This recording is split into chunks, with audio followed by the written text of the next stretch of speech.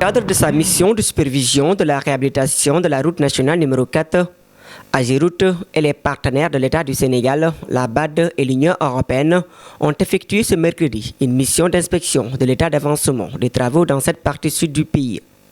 Première étape de cette visite, session Sénoba-Bunkiling, où l'état d'avancement des travaux est jugé satisfaisant. On a reçu depuis le lundi 20 une mission de supervision des principaux bailleurs de fonds qui accompagnent l'État du Sénégal dans le cadre de la réalisation des travaux de la route nationale numéro 4.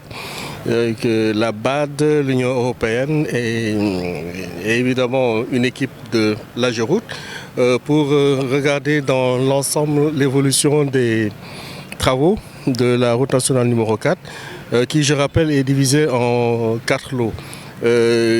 Le premier jour fait le constat très satisfaisant de l'avancement du lot numéro 1 qui concerne la section Sénoba jusqu'à Bunkiling avec un avancement de l'ordre de 80% pour un délai consommé d'un peu plus. Comme je disais tantôt, les travaux sont jugés vraiment satisfaisants, d'autant plus que la récession provisoire est prévue éventuellement en tout cas la fin des travaux est prévue pour le mois de mars 2024. Après cela, évidemment, on a pu rencontrer les entreprises et les bénéficiaires du projet pour discuter un peu aussi des aspects environnementaux, mais aussi de voir l'impact du projet sur les bénéficiaires. Et de ce qui ressort de toutes ces discussions, c'est un projet qui va impacter de façon très positive le quotidien des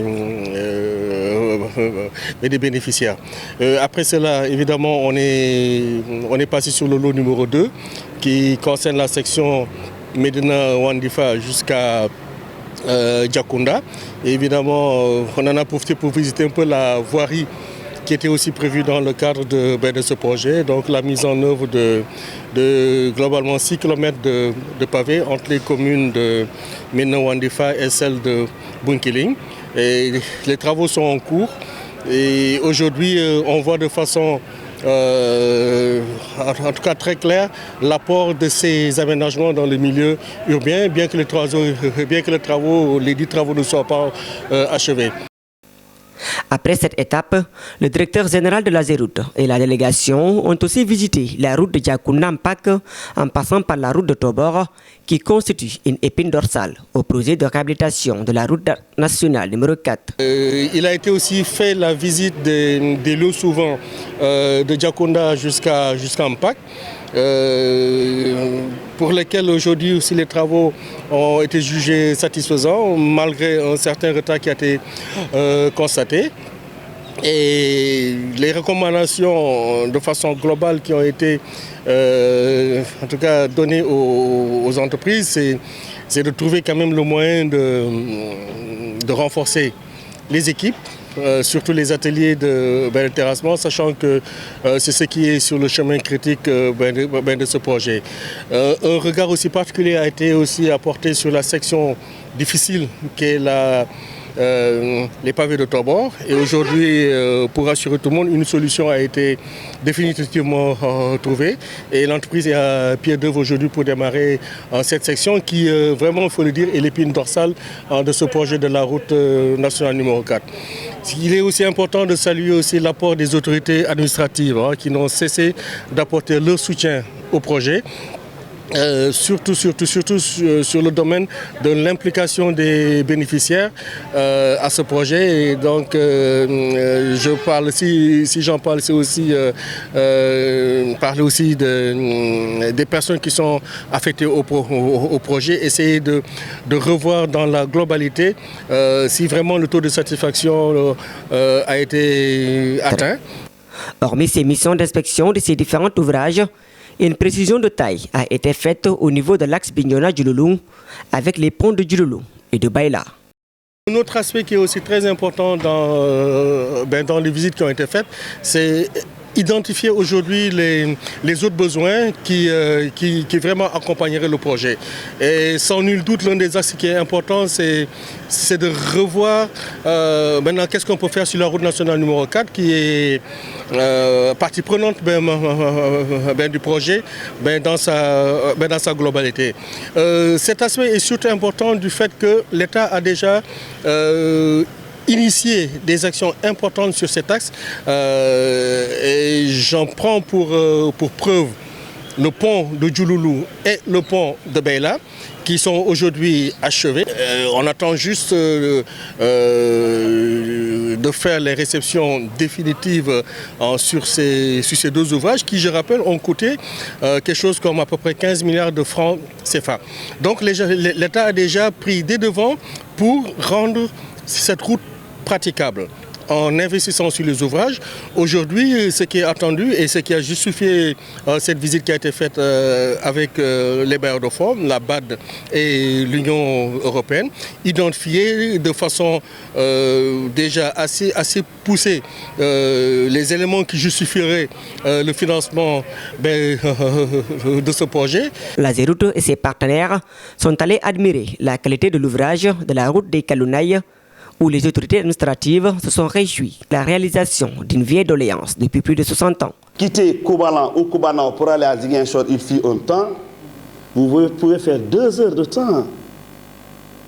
Et vous êtes obligé, le maire ici présent, venez à la mairie avec 2 tenues. Parce qu'il faut venir à la mairie, aller se laver, se rhabiller. Donc, c'est des nuisances. Il venait avec 2 tenues. Il faut que sango, solo, liguer. Tu veux aller à Ziguinchor.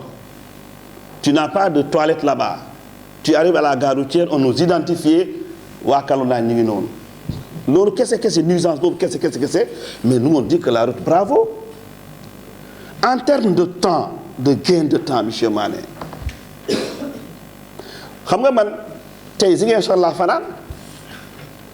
Je suis de la commune, mais Ziguinchor la Fanan.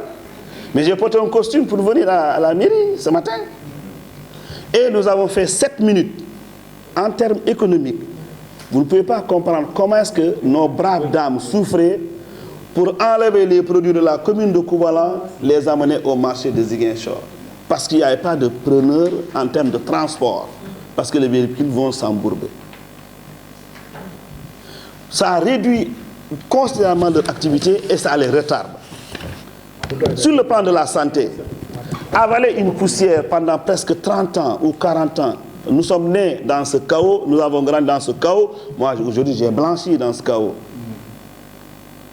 Combien de gens ont avalé cette poussière pendant tant d'années? C'est pourquoi, quand la route est arrivée, on peut dire que dans les Kalounas, nous avons tellement compris l'importance que les gens même ont fait des sacrifices. Certains ont dit, même si la route touchait ma maison, je ne réclame rien. Aujourd'hui, dans notre commune, pour évacuer un malade, en son temps, vous faites des étapes. Vous pouvez mener un malade jusqu'à Nyandan, vous arrêtez, parce que entre Nyandan et Koubalan, ça ne va pas. Vous allez vous débrouiller pour le transplanter à Koubalan, continuer, arriver à Djiguinon, vous allez le transplanter. Mais aujourd'hui, c'est fini. Ce n'est qu'un vieux souvenir. C'est terminé, ça. Parce que le Sénégal est vaste. Je ne connais pas combien de routes non bitumées dans ce Sénégal. Mais dans cet arbitrage, on choisit les Kalounaï sur combien d'axes qui n'ont pas été faits. Mais c'est déjà un honneur. Le fait que vous soyez choisi pour ce projet-ci, on aurait pu ne pas nous choisir.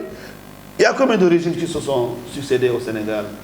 Moi, élève CE2, ça c'est une anecdote. J'ai accueilli Abdou Diouf à Wonk pour la route des Kalounaï en 1976. Moi, j'étais une petite gamin avec des drapelets. Nos parents ont dit Abdou Diouf, la route. On n'avait aucune idée de ce qu'il disait, mais on était là en train d'appeler, de crier. En 1976 déjà, Abdou Diouf était Premier ministre. On l'a accueilli à Wonk dans le cadre des réclamations pour une route dans les Kalounaï. Abdou Diouf, Premier ministre, président, Nyata, 20 ans, Ablawad, 12 ans, Macky arrive et nous offre cette belle route, mais quand même, ça, l'élégance aurait voulu qu'on lui dise au moins merci. En somme, pendant 48 heures, les partenaires de l'État du Sénégal, la BAD et l'Union européenne, en compagnie de l'Ageroute, ont presque sillonné les différents axes d'intervention de l'Ageroute, une mission qui entre dans le cadre de la réhabilitation de la route nationale numéro 4.